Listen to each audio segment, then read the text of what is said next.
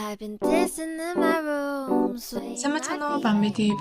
Өнөөдөр та бүхэндээ агуу гүнж нэртэй киног ярьж өгөхөөр бэлдсэн байна. Бидэн тамтаарай. Нанжоу хаант гүрний том гүнж Шао Чиншуй Даян харшийн Пэ Зиян ханхуу гэмжлэхийн тулд өөрийн хэрэгэм зэрэгээ бууруулж отож нэрээр орж ирэн 3 жилийн турш асран хамгаалж хажууд нь байж ирсэн ч Пэ Зиян хэрэгэм зэрэг ахиж Титмийн ханхуу болсныхоо дараа өөрийн эхнэр болох Шао Чиншуйг хэрэгэм зэрэг бууруулж зүр юм болгон оронд нь Даян харшийн юм генералийн охин Юн Шуяг гүнж болгон гэрлэх тухай зарлиг гаргав. Харин Чиншуй шууд лүг дуугаар гарах гэтэл Зиян чи бол зүгээр нэг отоц. Тийм болохоор гүнж болох ямар ч боломжгүй гэж аав хэлсэн гэхэд миний анагаах ухааны чадвар байгаагүй бол чи 3 жилийн өмнө аль хэдийн өөхөх байсан. Чиний аав оршуулах ёслолд хүртэл бэлдэж байхад би чиний хажууд байж идэвхжгүй өвчнийг чинь эмчилсэн. Гэхдээ тэр үедээ би чиний гүнж болох бодлого байсан. Чи өөрөө л өдөр шөнөгүй надаас гэрлээж гэж гуйсан. Намайг хизээч хурахгүй ямар ч татвар юм авахгүй гэж гуйсан учраас би чиний хажууд үлдсэн гэв. Харин Зиян би одоо ханхуу болсон. Цамшиг нэг муу дорд гаралтай отож татвар юм болж үлдэж байгаадаа баярлах ёстой. Би тийм талархалгүй бай гэхин тэр. Чиншуй би чамд салах өргөдөл явуулна. Одооноос чи бидний хоронд юу ч байхгүйгээд өрөөнөөс гарч явна. 3 жилийн өмнө зөвхөн зүүдэд даган бүх зүйлээ орхиод энд ирсэн. Одоо харин цаг нь болжээ гэд өөрийн зарцтай Нанжоугийн 1000 морин цэргийг 10 хоногийн дараа Даян харшийн хаалгыг эвдэн орж ирээд намайг гэрлөөмөн авч явахыг тушааж байна гэв. Ян Шуяо Титмийн ханхуу бид хоёр дараа сард гэрлэнэ. Чамайг дургуй байгааг мэдэж байгаа ч энэ бол эзэн хааны зарлиг. Одоо би зүүн ордны гүнж болсон. Харин чи нэг муу татвар юм надтай ярихдаа үргэлж хүндэтгэлтэй бүхий ч арсенс бай гэд томорход Чиншуйгийн зарцсан. Чи одоогор гэрлээгүй байгаа. Гэрлээгүй байж юуны чинь гүнж. Тэгээд ч Даян харшийн ёс журмаар бол чи манай гүнжид хүндэтгэл үзүүлэх ёстой гэхэд Ян Шуяо энэ хачуу өлөгчөнд алгад гэж орилоход Чиншуй чиний эцэг юм бол хөдөөний ёс суртахуунгүй бүдүүлэг нэг. Тиймээс юм авахаа ийм бүдүүлэг дээрэнгүй байгаад гайхах зүйл алга. Гүнжийн сураг сонсонгуудаа миний өмнө томрох гэж үзнэ гинэ. Юн Шуяо шууд уурлаад зарцтай энийг алгад гэхэд зөрүүлээд манай Чиншуй зарцтай алгад гэхэд Чиншуйгийн зарц чамшиг зодуулж байхдаа таарна гэд хит алгадаад авна. Ийхүү маргалдаж байхад Пэ Зиян ирэхэд Шуяо жүжиглэж би гүнжийн байр суурийг хүчээр аваагүй. Эзэн хаан л надад өгсөн. Би чамаас уучлалт гуйх гэж байхад яагаад зарцаараа намайг алгадуулж доромжлуулсан вэ? Гэж худлаа жүжиглэж эхлэв. Нөгөө мангар Зиян чинь Чиншуй рүү дайрч зарцыг нь яг одоо өвдөх сөгдөж уучлалт гуйж бурууга хүлээ гэхэд Чиншуйгийн зарц 3 жилийн өмнө манай гүнж байгаагүй бол чи хэвтэр дахир дутуу юм байх байсан. Хиний зэрэгтэй өдийг хүрчгээд ингэж байгаа юм. Талархалгүй мөн нохоо гэхэд Зиян шууд гар далaalт манай Чиншуй хамгаалж хинч миний зарцыг өвдөх сөгдүүлэхгүйгээ түлхэж унаа. Мөн бидний харилцаа дууссан гэж би хэлсэн. Салах өргөдөлд гарын үсэг зурмагс би эндээс явж дахиж хизээч шамтай уулзахгүй гэв. Мөн 3 жилийн өмнө Чиншуй ганцаараа зүүдэд дагаж энэ харшид ирсэн. Тэр үед Даян харш хөнгөө ил хул сүрсэн байдалтай. Үйлчлэгчд нь ч залхуу шуналтай зарц нар нь хулгай хийж чамайг асрах хинч байхгүй орон дээрээ ганцаараа өвдөж хөвтгч чинь би өдий зэрэгт хүргэсэн гэхэд Зиян тэгээд юу гэж би одоо ханхуу болсон. 3 ихнэр 4 татвар юмтай байх нь энгийн л зүйл. Би чамд урам хуурч байна гэв. Харин Чиншуй урам хуурч байгаа хүн нь би.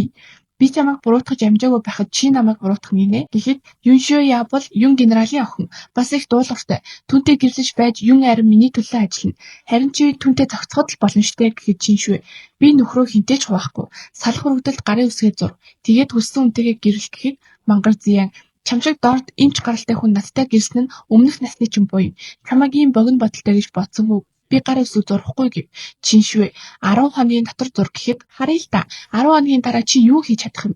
Дорд гаралтай чамд найдах хэн байгаа юм гээд үл тамсарлаад юм.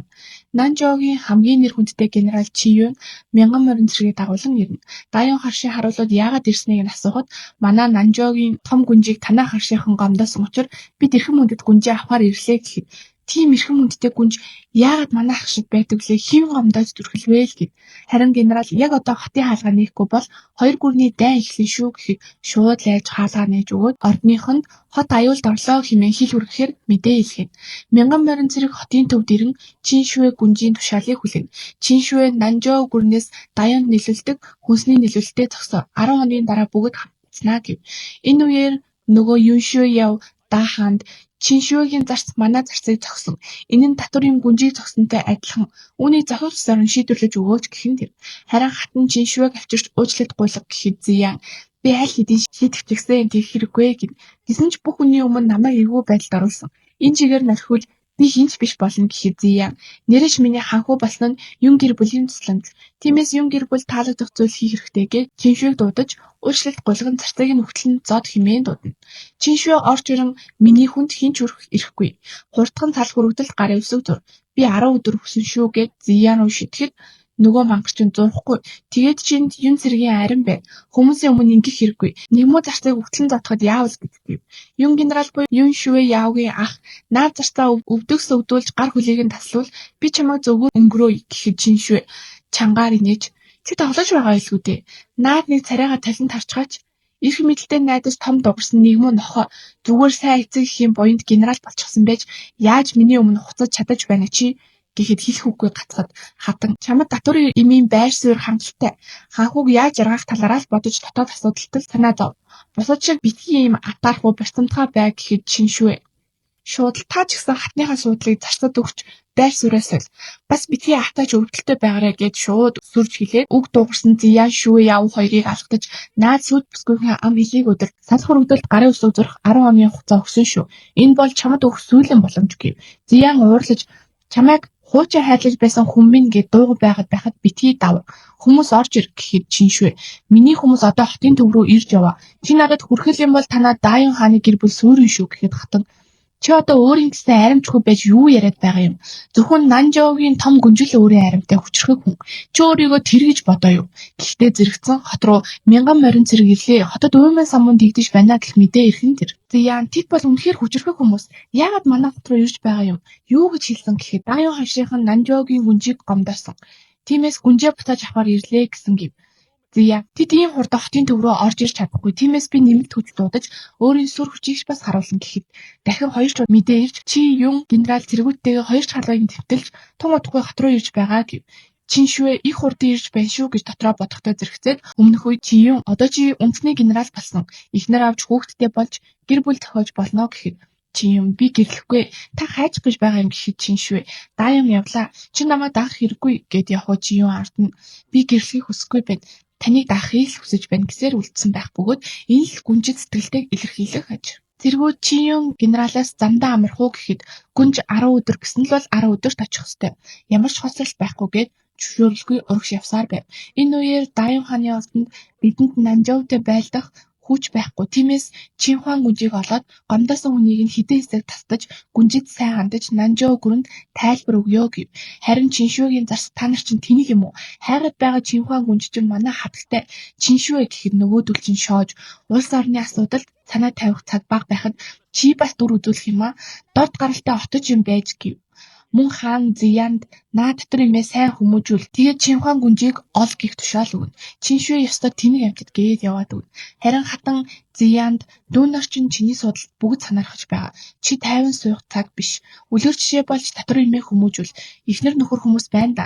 Орондоо асуудлаа шийдэж тэр ямар тулааны урлаг мэдэх биш чамайг эсэргүүцэж чадахгүй. Харин зарцын хувьд чин зарцыг явуулж учрыг нь олуулна. Чиншүэгийн зарц минь та 3 жилийн хугацаанд ийм хүн зарцуулт нь үнэхээр хайран байна гэхэд би зүүдэ дагаж энд ирсэн гэж анх хэлж байсан да. Шүн бүрл надад нэг хүн зүүдлэгдэж царайн тод харагдахгүй тусламж ирдэг байсан. Үзмэрчээр тэр хүн Пэ Зиян гэдэг сургууийг гарган Дааянд ирсэн. Бид хоёрын дунд хэлж мэдэхгүй холбоо байгаа гэж бодсон ч тийм биш байж гэв. Чиншүэгийн өргөнд чин зарцтай хамт Пэ Зиян орж ирнэ. Чин зарц чамайг яаж татврын байхыг ч зарцыг чинь яаж зарц байхыг сургана. Энд орж ирсэн хинч миний сургалтаар дуулууртай болдог юм шүү гэд хоёр хүн оруулж ирэхэд Чиншүэ зарц минь үү дээ. Чадвараа нуух хэрэггүй өөрийгөө хамгаал гэхэд хоёр эрэгтэй хүнийг тэр даруй тулааны урлагаар дэлчин тэр. Ингээд чин зарцыг дууга болгоод хөөж гарна. Харин Зиян хоёулхан ярилцах хэрэгтэй байна гэд Миньюг гаргана. Чиншүгээс надад хайртай байсан уу гэхэд үгүй. Чи надтай гэрлээж гэж өдөр шөнөгүй гуйсан байж одоо битгий намайг гуйсан мэтэр ярьдаг. Зиян эмэгтэй хүн бол эр нөхөртөө үйлчилж дуулууртай байх үүрэгтэй. Би нөхрийн эрхээ эдлэнгээд хуцаа тайлж эхлэв. Гаднаас чин зарц орж ирээд Чиншүэг хүлэх олс өгнө. Зиян хидээ чиний зарц тулааны урлаг мэддэгч чи тулааны урлаг мэдгүй сул дорой эмэгтэй. Зарцыг чинь гаргасан болохоор одоо оронд чинь чамайг сургана гэхэд хормын дотор Чиншүэ өөрийг нь олсоор болчихв. Тэгснээ би бүх нөхрүүдийн хийдэг зүйлийг чамд хийж байна гэхэд Чиншүэ би тулааны урлаг мэддэггүй байсан бол чи өнөөдөр намайг оронд барамжлах гэж байсан уу? Ямар азар чи тэтмийн ханхуу болсон юм бэ? Ямар азар хаан чамд шинэ гүнж өгсөн юм бэ? Үгүй бол чиний жинхэнэ төрхийг харах гэж би хэр удаа хуурдах байсан юм бол гэхэд Зиян Чиний зарсчин тулааны урлаг мэддэг. Чи ч бас мэддэг юм байна. Энэ олон жилийн турш надаас бүх зүйлээ нууж ирсэн байна гэхэд Чиншвэ хайр дурлалаас болж хүн хамгаалтаас сулруулдаг. Чи бол эр хүн байх эрхгүй муу хавханд орсон харах гэв. Мөн энэ олон жил би чамайг хамгаалж ирсэн. Талархалгүй байсан хүн нь чи. Тэгснээ бурууга бусдад тохож гимслийн мэдрэмжээ хаадаг. Би сул дорой эмгтэй хүн байсан бол чи над олсороо намайг хүлж арын цэцэрлэгт авчиж өгтлмийн тарчлах байсан биз дээ. Гэхэд Зиян чи миний эхнэр гэдгээ бүү март. Чи бол миний сүнс. Би амьд байгаа цагт чи хаашаа цухтаж чадахгүй гэв. Чиншвэ би салах өргөдлөө битсэн. Чиний зөвшөөрөлч надад хэрэггүй. Чи тэтмийг авч хаан болж агсан ч миний хувьд хинч биш гэв. Зия чи юу нэ хин юм бэ? Иймэрхүү юм яхаар би чамайг том арт талтай гэж бодно гэж бодоо юу? Гэхэд чи хэдэн өдрийн дараа мэдэх болно гэв. Зия хүмүүстэй яг одоо 3 жилийн турш охин нь эргэж ирээгүй Шав гэх гэр бүлийн хүмүүсийг олж бүгдийг нь баривчил. Ганцаараа өгөхөөс айхгүй байгаа бол тэр гэр бүлийнхнийг нь оролцуулна гэхэд Чиншвэ зарцтайгаа ордноос явчихлаа гэхэд одоо юуны түрүүнд хийх ёстой зүйл бол Чинхуан гүнжийг олох явдал. Хэрэв түүний итгэлийг олчихвол наадах чи эргэж ирэхгүй гэд яадаг гэв. Жиюн генерал хотод 3 өдрийн дараа ирнэ. Зиян сүүлийн үед хоол хүнс бэлдэж цэргийн хүчээ нэмж хотоо хамгаалах гэж байгаа сураг гарсан гэхэд Чиншвэ Фуданы Фан гэр бүл, Рунжоугийн Чин гэр бүл, Юнжоугийн Швэ гэр бүл, Хайшэний Швэ гэр бүлүүдэд мэдэгд хот руу нийлүүлэлт хийхээ зогсоо. Мөн хоол хангамжийн нийлүүлэлтийг ханху өөрийн биеэр хангаж байгаа гих цуу яриад тараад гэв. Учир нь гэвэл цэргүүдийн дунд ханхугийн нэр хүндийг өсгсөний дараа хугацаанд нийлүүлж чадахгүй бол хүлээл тавьсан цэргүүдийн итгэл унтарч гэр суларна гэв. Зиян цэргүүдийн хүсийг бадаачглаа хэмээн баярлаж байтал 4 том гэр бүлүүд хүнс нийлүүлэхээ болсон гэх мэдээ ирнэ. Үүнтэй зэрэгтэй Нанжоугийн цэрэг ойртож байгаа мэдээ бас ирнэ. Тэд Шао эмчийг авахар ирж байгаа гэв. Юм генерал тэд манаагаас чадварлаг эмч олж Нанжоугийн хатны биеийг үзүүлэх зорилготой байгаа байх. Тиймээс Чиншвэг өгч явуулъя гэхэд Зиян тэр чинь миний эхнэр штэ. Ариуц золиосонд явуулж болохгүй гэхэд улс орны аюулгүй байдлын асуудалтай л анхаа. Тэр эмэгтэйг санал болгол үр дүнд хүрэх байх шүү гэв. Ингээд Чиншвэг дуудаж авчираад Нанжоу руу хатны биеийг эмчлэхээр яв гэхэд хинч намайг хүчлэхгүй. Би Нанжоу руу явах нь явна. Гэхдээ ийм замаар биш гэхэд Зиян гуйж бай нэг удаа дайан тусалж. Чи зүгээр сууж байгаад хэдэн сая хүнийг алуулахыг хармааргүй байгаа зү гэхэд энэ ямар миний гүрэн үү? Миний цэргүүд юм уу? Надад хамгаалах үүрэг байхгүй. Чи өөрөө хамгаалах ёстой гэхэд Зиян чи энэ удаа туславал би сүүгээ тусал гэрлэгээ болж чамтай гэрлэе. Энэ амьдралтаач дараагийн амьдралтаач тэрний дараагийн амьдралч зөвхөн чинийх бэ гэхэд Чиншвэгийн инээд хүрч чи ямар давалцсан юм бэ? Хэн энэ амьдралтаач дараагийн амьдралтаач тэрний дараагийн амьдралтаач чинийх байхыг хүсэж байгаа юм бэ? Даян гүрний хөвгүүд бүгд арчаагүй, эр хүн болж төлөвшөөгүй, тулгамцсан цаг үед бүгд бусдыг золиосохдоо тэрүүн тавьдаг. Би чам сүүлийн хугацааг чинь дахин сануулж байна. Цаг ойртож байна шүү гээд явна. Хаан аав нь уурлаж яаж татгалзаж чадаж байна? Ер нь юу хүсэж байгаа юм бэ гэхэд Зиян тэр үргэлж салах өргөдөлд гарын үсэг зурхыг хүсэж байгаа. Хэрвээ би гарын үсэг зурвал та зөвшөөрөх үү гэхэд Хаан үгүй. Хаанхуу 3 ихнэр 4 татвартай байх нь энгийн зүйл. Тэр бол ямар ч амжилтгүй эмэгтэй хүн. Анагаах ухааны мэдлэгтэй найдаж, их зан гаргаж илүү хүсэж байна. Гэхдээ зэрэгцээд Нанжоугийн Жиюн генерал 3,000 морин цэрэг дагуулan ирсэн байна. Дөнгөж сая хотын хаалгыг эдэлж одоо орон руу чиглээд ирж байна гэхин тэр. Хаан өтөр түргэн том хэмжээний арга хэмжээнд бэлд. Чи генералын бүх хүсэлтийг зөвшөөр. Ингээд Жиюн генерал хааны олдонд орж ирнэ. Хаан бид танаа хатан хүнд өвцөн талаар сонссон. Цадварлаг отчоо явуулах болно. Ийм жижиг асуудлыг зүгээр хэлчихгүй юунд ийм том асуудал үүсгдэг юм бэ гэхэд битгий утгагүй юм яар. Энэ 9 цаг хагас цагийн хугацаанд дүүрнэ. Дүүрхээс нь өмнө Шао отчийг явуул гэхэд зарц зэлгийн дуудвал Чиншвэ би явахгүй. Би албан ёсоор Дайан гүрэнд ирж гэрэлсэн. Одоо явахыг хүсэж байгаа учраас албан ёсоор ханхуугээр салах өргөдөл бичүүлж гарын үсгээ зурж хаанаар тамга даруулан над дээр авчруул хэмээн зарцыг бацаад. Тэнэг хаан нэг лаг хүн болж урлан яаж тэр муу ингэж чадаж байна гэхэд сайдууд нь хаантаа чи юм бол 18 наснда Ловлон гүрнийг устгаж үндэсний генерал цал хүртсэн хүн. Айгүй бол гадаа байгаа цэргүүд Ловлон гүрнийг устгахад байлдаж явсан цэргүүд байх шүү гэв. Хаан Зияныг Чиншвэ рүү явуулна. Гэтэл Чиншвэгийн өргөнд Юншвэ орж ирээд чи муу яаж чадаж байна? Нэг муу дор дэм миний өмнө бүхэл зэнтэр гэж төвчнөж гарна. Өвдөгс өгдөөд өөрийгөө хорь алгацчих гинөө тэгснээ хутга бариж дайраад л Зиян орж ирэн болиулаад хурдан явгээд алгатахад Чиншвэ наадах чинь намайг сүгдөөд өөрийгөө хорь алгад гэсэн. Гэхэд Зиян Шүяог сүгдүүлж байгаад хорь алгад. Тэгээд би чамд ганцхан хайртай амлалтаа зөрчсөн миний буруу. Би сүүгээ цуцалсан. Надад ганцхан боломж өгч. Энтергээд баахан уянгалж гана. Чиншвэ хатуу байр суурьтай байж надад нэг л хүсэл бий. Салах өргөдлөө бичээд хатнаар наашинд хүргүүл гэв. Зияан буцаж хавьтанд очоод хилтэл хаан ихэд урлаж харин чи юу манай гүнж яг мөндөө гэж дотроо бодно. Тэгээд ханхуугийн амийг аварсан чадварлаг эмч хүн юм чинь ийм хэмжээний эрх мэдэл хүртэх ёстой гэхэд хаан уурлаж тэр хэдий чадварлагч хитрхи шуналтай өөр гүнжтэй болсны төлөө хардаж сална гэсэн гих мэтчлэн муулж гана. Элдэн цаг талдаа орсон учраас хатан энэ явдлын дараа Чиншвэ чамайг жинхэнэ алан даа гэж дотроо бодоод ханхуугаар салах өргөдөл бичүүлэн авч яв. Хатан ханхуу хоёр өргөдлөө барьж явахдаа Нанжуугийн цэргүүдийг явуулсны дараа тэрнийг шийдэх байтугай шууд ална. Яаж хааны гэр бүлээр оролдож чадаж байна гэж уурлаж байхад нь Зияаны цэрэг ирэн хот даяар 3 жилийн турш гэртээ хараагүй Шав гэр бүл гэж байсангүй. Харин Нанжуугийн гүнж Шав өвгтэй юм байна гэхин тэр. Ариу Шав Чиншвэ гүнж юм бах та гэж бодсноо. Гүнжийн бүтэн нэр нь Шав Чинхуан гэдгийг сонсоод нэр нь өөр юм байна. Гүнж шиг эрхэм хүндтэй хүн нэрээ яасан ч солихгүй. Тэр яасан ч тийм мундаг арт талтай байх втэ хэмээн. Тэгснээ бүр хатан Чинхуан гүнж гэрлээгүй гэсэн. Яагаад чи энэ хинт чирэггүй Чиншвэг хаяад Чинхуан гүнжтэй сууж болохгүй гэж хэмээн мөрөөдгөн тэртээ. Ингээд хатан ханхуу хоёр Чиншвэ дээр ирээд Чиншвэ юм гуйж байгаа бол бүхих ёстой юм биш үү гэхэд хатан чи хитрээд байгаарай. Нанжуу руу явчаад даян руу буцаж ирэхгүй гэж бодоод байна. Чи нэг л өдөр ирнэ штэ. Үр дагавраа сайн бодоорой гэхэд Чиншвэгийн зарц үр дагавраа бодох ёстой хүмүүс нь та нар шүү гэхэд чи нэг муу зарц миний өдөс дуурдаг хинбэ? Чиншвэ би ярих зөвшөөрөл өгсөн юм гэхэд хатан чи муу өлөвчин хатны өдөөс олон юм ярихгүй шүү гэхэд манай зарц чи өөрөө өлөвчин. Чиний гэр бүл бүгд өлөвчин. Чи Пэзян шиг новшиг төрүүлсэн өлөвчин гэхин тэр хатан бүр уурлаж энэ мөг авчулж өгтөл нь ташуурд гэхэд Чиншвэ хатан хитрхи чимээтэй юм аа. Надад чимээгөө болгочоод минь гэхэд шууд хатны гараараа боож эхэлнэ. Тэгээд одоо ордон руу өөрийн биеэр очие гэж Чиншвэ явна. Араас нь хатан энэ мөг ордноос гарангуут нь хүн явуулж алвал хідэн хэсэг тасаад нохоод хайж өгөндөө бас чи хурдан Чинхуан гүнжийг олж гэрэл гэж Зияанд хэлэхэд Зияан энэ муу намайг алдсанд нь харамсуулъя гэж. Ингээд 9 цаг дуусгаад Чиншвэг ирэхгүй байгаад санаа зовон зогсож байхад хатан тэр ирнэ гэж амсаан л гэв. Чи юу сэлмээ суглан бүх зэрэгүүдээ сэлмээд суглахыг тушаав. Энэ үед Шав Чиншвэ 9 луу 4 галт шуван хийдэ хатан болон гүнжнэрийн зүрдийг титэм зүгээд улаан гоёмсог гүнжийн хувц өмсөн ирж яваа харагдана.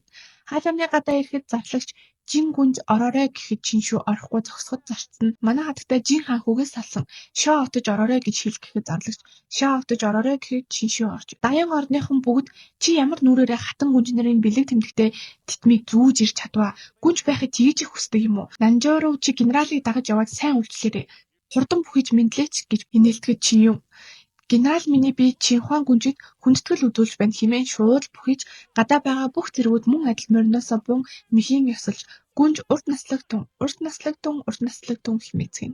Нөгөөдөл бүр алмаарч ингээд дааян гүрний төгсгөл иржээ хэмээцгэн. Чинхуан гүнж би Зияан ханхуг аврахын тулд бүтэн 1 жилийн хугацааг зарцуулж эм тариагч хуваасаа гаргасан. Одоо та нар өрөө төлөх ёстой. Би Нанжин, Чишигү, Фуан 3 хотыг авна гэв. Энэ 3 хот бол дааян гүрний хамгийн гол 3 хот. Нэгийг л алдахад дайралд ирэхэд дааян тисэж үлдэхгүй гэв. Мөн 2 жилийн хугацаанд дааян гүрэнд хоол хүнсний нийлүүлэлтийг би хийж ирсэн. Өрийн дэвтэр дээр 38 сая мөнгөн зоосны үр цугларсан байна гэв. Зияан чи тэр үед сайн дураараа намайг аварсан бидтэй гэхэд сайн дураараа аварлаа гэж төлбөргүй гэсэн үг биш. Төлбөрөө төлж чадахгүй бол Пэзяны амийг хорлуул гэв. Мөн өнгөрсөн 3 жилийн хугацаанд сэтгэл санааны төлбөр үг гэх юм. Чи юун генерал та нарын зөвшөөрөл огт хамаагүй.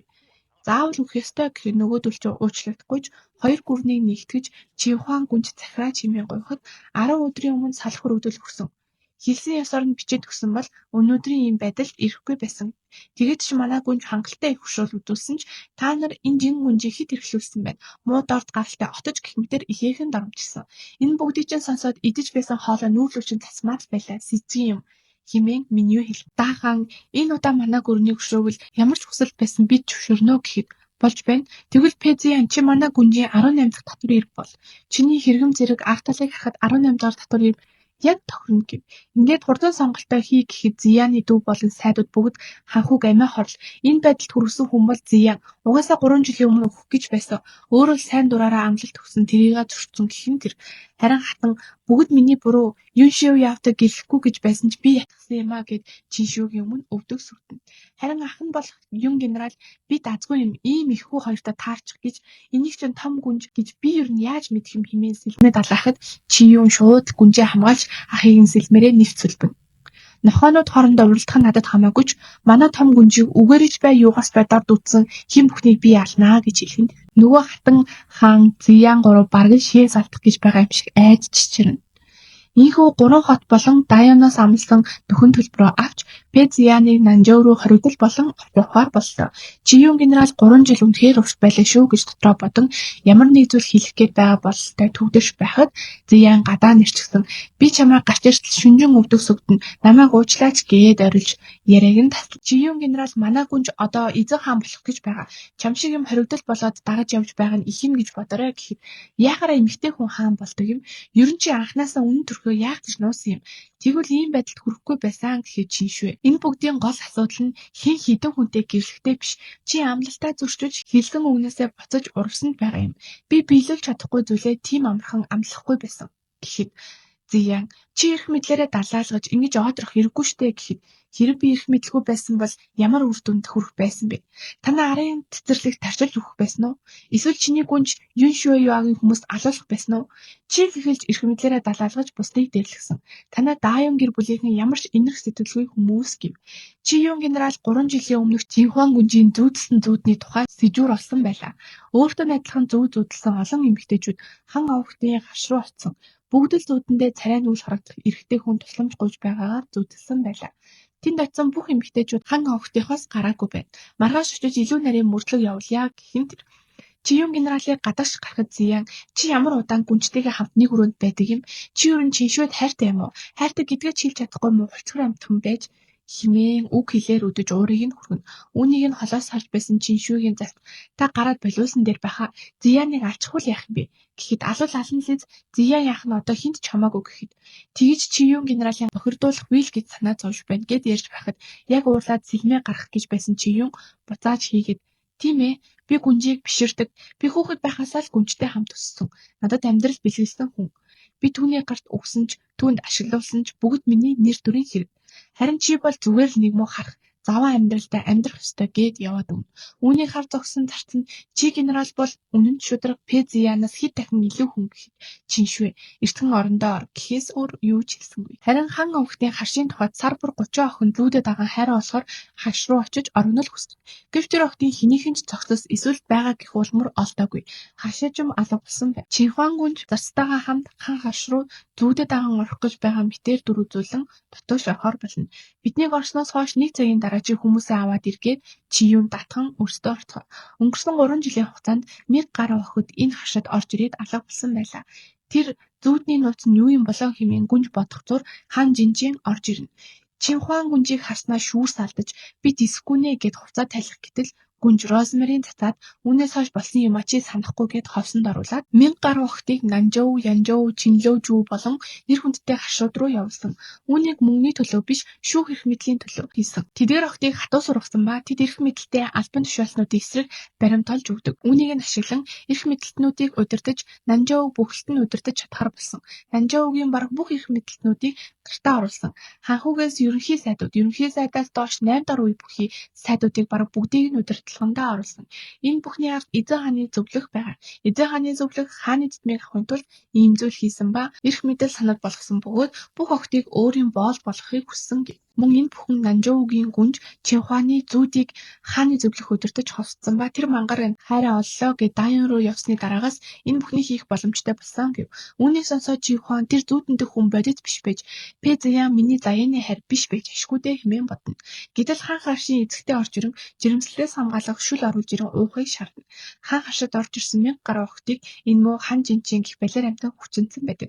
Тэгээд дараас нь энэ шүлгийг уулгаж бусад хотууд хашууд руу тараадаг байж л дээ. Яг энэ үеэр чи юун ирж гүнж миний хоёрыг авна. 1000 гаруй охтын цус гомдол бодогдсон хан хашаас нэг ч хүн бүүлдэ хэмээн Чинхуан гүнж Тухайн үед хаан харшид хоригдож байсан зүйдэд дагаж ирсэн охид инхүү аврагт. Харин одоо Нанжоуг эзэн хааны зөвлөх удирдах болсон ба гүнжийг хилээр нэвтрүүлэхгүйгээр мянган зэрэгээр алуулах төлөвлөгөө зохиосон байв. Ийхүү тэдэнд тулдах нөөц болцоо байхгүй учраас арга мухарсан ч Чин Хуан гүнж бид Нанжоо руу явахгүй буцаад Дайон явна. Дайоныг тогтворжуулчихад Нанжоо руу дайрна гэхэд бүгд гүнжийг дагна гайхалтай стратеги байна гин. Эзэн хааны зөвлөх гүнжийг Нанжоо руу ирэхгүй Дайон руу буцсан гэдгийг сонсоод өдөр түргэн Дайон руу дайръя. Яасан ч хүчийг нэмэгдүүлж болохгүй гэв. Ингээд Чин Хуан гүнж Дайонд иртэл аль хэдийн эзэн хааны зөвлөхийг ч гэсэн Дайон овогтыг өөрийн болгосон байв. Гэтэл гүнж энэ талаар намайг бодоогүй гэж бодоо юу? Миний мянган моринцыг Нанжоо руу аль хэдийн явчихсан. Өдөртөгчгүй байгаа учраас манай зэрэгүүд бүгдийг гартаа оруулчих нь. Харин чи миний 3 жилийг дэмий өнгөрөөсөн чи юм наадха дуустав гэд эзэн хааны зөвлөхийг алхан тэр. Гүнж Дайоны эзэн хаан болно. Яг одоо зэрлэг гаргад гэхэд Зиян чи энэ бүхнийг хийчихэд одоо болж болохгүй юу? Эмэгтэй хүн эзэн хаан болно гэж юу байдаг юм гэхэд би чамаас өшөө авах гэж ийм зүйл хийгээгүй. Анхнаасаа Пэ Зиян, Юн Шиовё, эсвэл Хатан, эсвэл Дайон, Нанжуу аль нь ч миний дайсан байгаагүй. Миний дайсан бол эмэгтэйчүүдийг бараа таваар мэт үздэг, эрчүүдэд найдаж амьдрах ёстой мэт ханддаг, хязгаарладаг, дорд үздэг систем бол миний дайсан байсан. Эмэгтэйчүүд бүгд тэгш эрэхтэй амжилт гаргах боломжтой байж зүгээр нэг ордонд эрчүүдийг зугаацуулж биш, өөрийн гэсэн үн цэнтэй албан тушаалтай байх ёстой. Өнөөдөр би өөрөөсөө эхэлж эхнэрүүдийн, эмэгтэйчүүдийн үн цэнийг унаахгүй, хязгаарлахгүй байх системийг бий болгохын тулд энэ хаан ширээнд суух ёстой гэх нь тэр. Ийхүү Нанжоугийн Чин Хуан гүнж Дайоны хаан ширээнд сууснаар эмэгтэйчүүдийг бизнес эрхлэх боломжоор хангаж сайд болж тушаал дэмжих шалгалтыг өгөхийг зөвшөөрч гэрлэх насыг 15 байсныг 20 болгон өөрчилж эмэгтэйчүүд ч бас хурмандаа галт шувууны титэм зөөж хатгамлан нөмрөг өмсөхийг зөвшөөрч ганц эхнэртэй байхыг дэмжин дэлхий дээрх бүх биеэ үнэлэх газруудыг хориглож түүнийг хаан ширээнд суух үед засгийн газар болон ард иргэд тайван мянган жил үргэлжлэх гайхамшиг эрен үеийг бүтээж байх нь тэр. Төгсгөлд Чиюн генерал Чин Хуан эзэн хаан дээр ирэхэд хаан би чамайг тэр үед Пэ Зиянтай ярьж байхыг сонссон. Чи надад хайртай юу гэж асуухад Чиюн тэгж зөвлөхгүй. Би бол дорд гаралтай хүн гэхэд би хэдий эзэн хаан байлаач хайрам хэрэгэм зэрэг гэж байхгүй. Чи зүгээр л тийм үгүй гэж хариул гэхэд генерал тийм ээ гэх нь тэр. Хаан үргэлжлүүлэн энэ улс их орныг доктортой үргэлжлүүлэхийн тулд би хүүхэд төрүүлэх ёстой. Чи намайг бага байхаас эхэлж хамгаалсан. Би ч чамд сайн гэд за талхыг тушаана. Ингээд манай хоёр хүүхэдтэй болох зүйл хийсэн байх. Дайон хааны гэр бүл зөвлөгдсөн боловч Пэ Зиян хүнд өвчин туссан тул буцаж ордонд авчирсан гэхэд Чин Хуан би олон жилийн өмнө залуу охин байхдаа зүүдээ даган энд ирж хайрын хавханд орсон. Одоо би тэр үедээ очтогсон бол ийм жижиг хавш руу битгий яв. Эмэгтэй хүн гэдэг илүү өргөн удам руу явах хангалттай нөөц бололцоотой гэж хэлэн хэмээгээд залуу үеийн болон одоогийн Чин Хуан Зияныг хүн төвчтэй орхиод явж байгаагаар кинод үздэг. Энэ кинонд Жаншижи жүжигчин байна. Илүү хүчтэй хурц дүр бүтээсэн бөгөөд эмэгтэй хүнийг үргэлж хязгаарлаж дарж хавчдаг, эр хүнээс дорд үздэг нийгмийн байдлыг шүүмжилж хийсэн бүтээл шиг санагдлаа. Дараагийн хятад кино драма товчлыг цаг алдалгүй сонсохыг хүсвэл манай сувагт subscribe дараад могоо асаагаарай. Баяртай.